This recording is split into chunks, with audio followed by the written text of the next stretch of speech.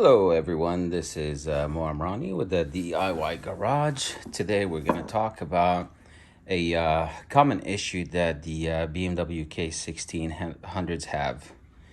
And it's these guys. These are the coils that typically go bad anywhere between 35 to 40,000 miles. These guys are a little pain in the neck. So typically when one of them goes bad or multiple of them go bad, what you end up having is your engine sounding like shit. It sounds like it's misfiring. It sounds like your engine has gone bad and you get a check engine light. So these are typically about $225 a piece with tax. In California, you're looking at about $250 a piece. You need 6 of them. Anytime you go to replace them, do not be like me. I only replaced one last time. Ended up having to open this bike up in this weekend and replace the additional 5 because 2 more went bad 3 or 4 months after I replaced the I think the one on cylinder number 4. So $250 a piece plus labor, you're looking at about at least $2,000 to $2,200 to get them replaced at the dealership. So did some research, almost sold the bike, and I just decided I was gonna go get a new one. This one is tuned, it's brand tuned. I installed a quick shifter on it. It's got the clear water lights. It's got a lot of custom modifications. The Akrapovic exhaust. This thing is a sweet machine when it's running. Got a lot of upgrades to it. The quick shifter I've installed right here. Bike works like a charm. That one is under construction. In any case, so I did some research on Amazon. What I found is these guys. You might see them on eBay. You'll find them on Amazon. So what I did, I went on Amazon, found them for, I think I bought 5 for $300 with tax, shipped to my house, 5 of them. So I got a 10% money back or discount, whatever, for using my credit card. Long story short, it cost me $300. Okay, installed them, run them for 200 miles. They run pretty awesome. The difference between them and these guys, the sleeve, this guy's black right here, as far as this is concerned, it's built on the RMSTATOR, a little cheaper than this, so when you shove it into the hole where they belong, they don't sit as tight as these. So they're easier to remove and easier to plug in there. The hole in here is a little bit wider, but if you look inside, I don't know if you guys can, you may not be able to see it. But in any case, there's the, you can't see it, I gotta shed light on it. But in any case, all the way inside here, where it connects to the spark plug, the RMSTATOR, they claim to be better. They have a wider, bigger connection in there, more metal in there. So they say they're less likely to fail. Again, I put 200 miles on it so far. I ride a lot of miles, so after hopefully 20,000 miles, which shouldn't take me too long to do, I'll figure out if they're working as advertised. But in any case, $300 for 5 versus $1,000 for 5 from BMW. That's a pretty substantial difference. I'm going to make another video when I go to complete this one. This one has about 40,000 miles. The coil number 2 is going bad, so I'm not gonna make the same mistake. I'm just gonna go ahead and replace all of them. Typically what you gotta do, remove the fairing on both sides. You're gonna remove this guy first. You want to drain the coolant from where is it? There's a plug right here that you're gonna undo. Drain the coolant from here. You gotta go to the other side. Let's see. We go to the other side. There's some other people on YouTube that have actually done a video on how to drain the coolant. And you will undo this screw, pull on this guy, get the rest of it out, unplug this guy, drain the reservoir. You're gonna make a mess. and you got to take your radiator. To take the radiator out, what you're gonna have to do, there's a couple of screws, one here, one on the other side.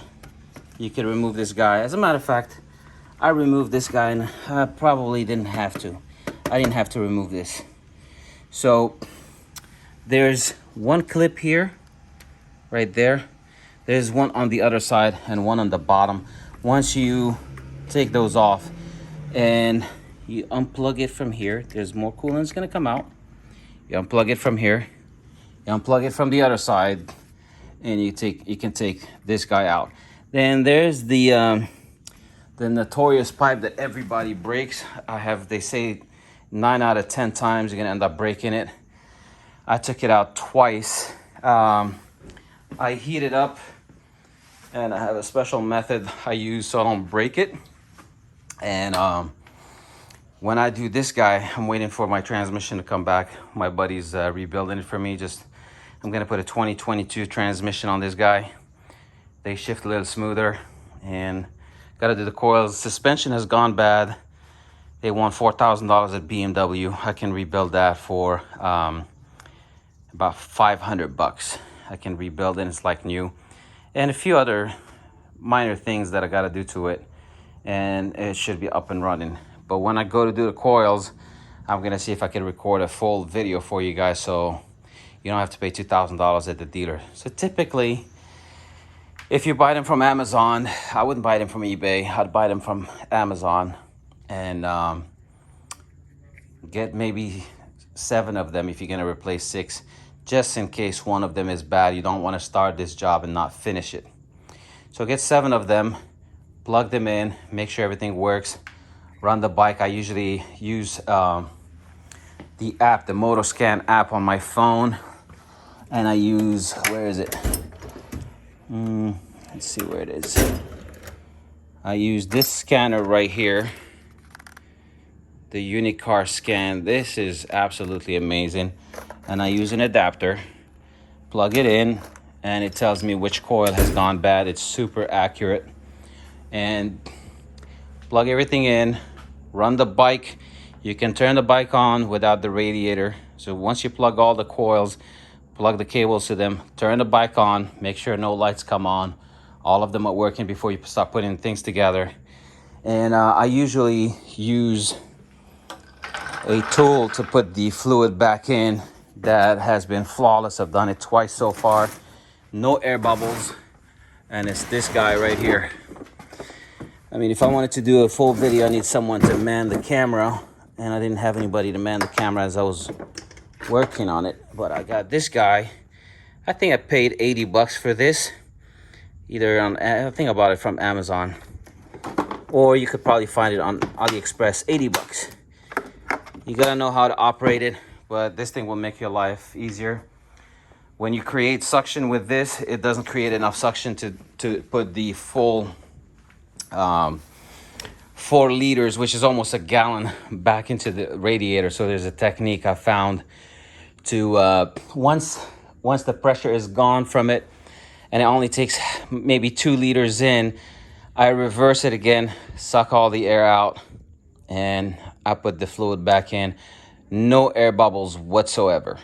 So as soon as you're done with that, you start the bike, let it run, make sure it doesn't overheat. I check over here. Once the bike got hot, I loosened this guy up. No bubbles, no air, no problems. So when the coils were going bad, when you start the bike, usually when these bikes are brand new, it's got a pretty solid start, a nice explosion. You hear it in the exhaust. It's a powerful start. When it starts to go bad, it kind of it sounds like it's fainting a little bit. But now it starts like a champ. Rides amazing. I got a lot more power riding this thing, a little bit better fuel efficiency. Rode it to San Diego from Orange County and back. Went and picked up that helmet right there, the Shoei. Picked up that guy, came back at 2-3 o'clock in the morning. No problem with the coils. So there you have it. If you guys have any questions, feel free to leave me a message. Put a like. If you can subscribe, that would help out a lot. Again, This one is coming soon. We're gonna put a transmission, put the clutch back, and we'll go and put the coils back on this one as well.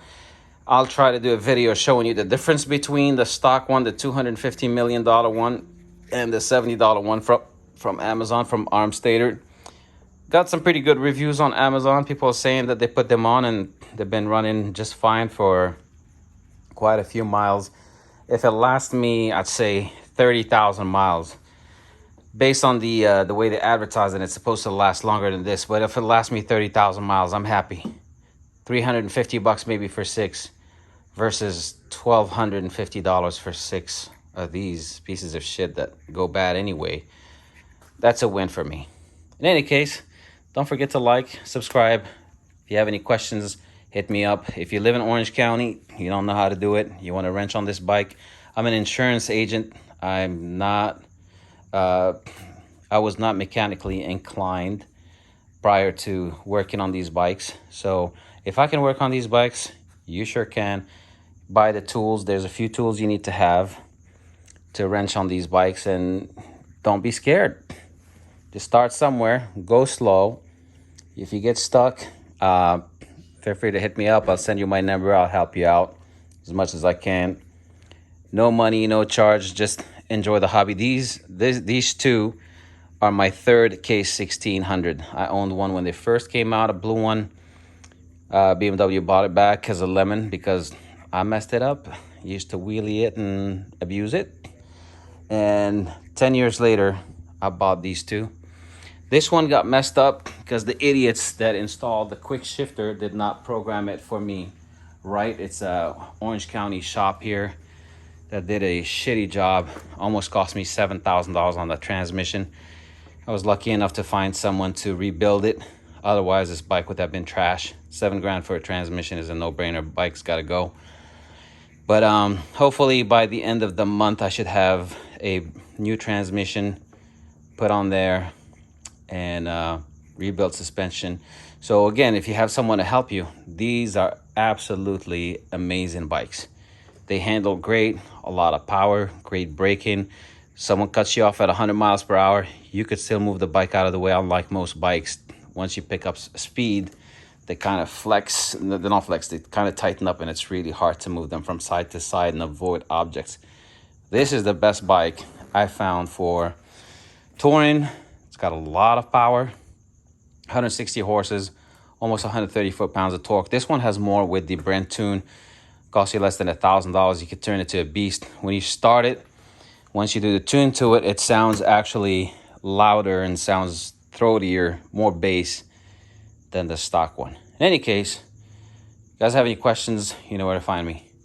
Until the next bike, I'll see you guys later.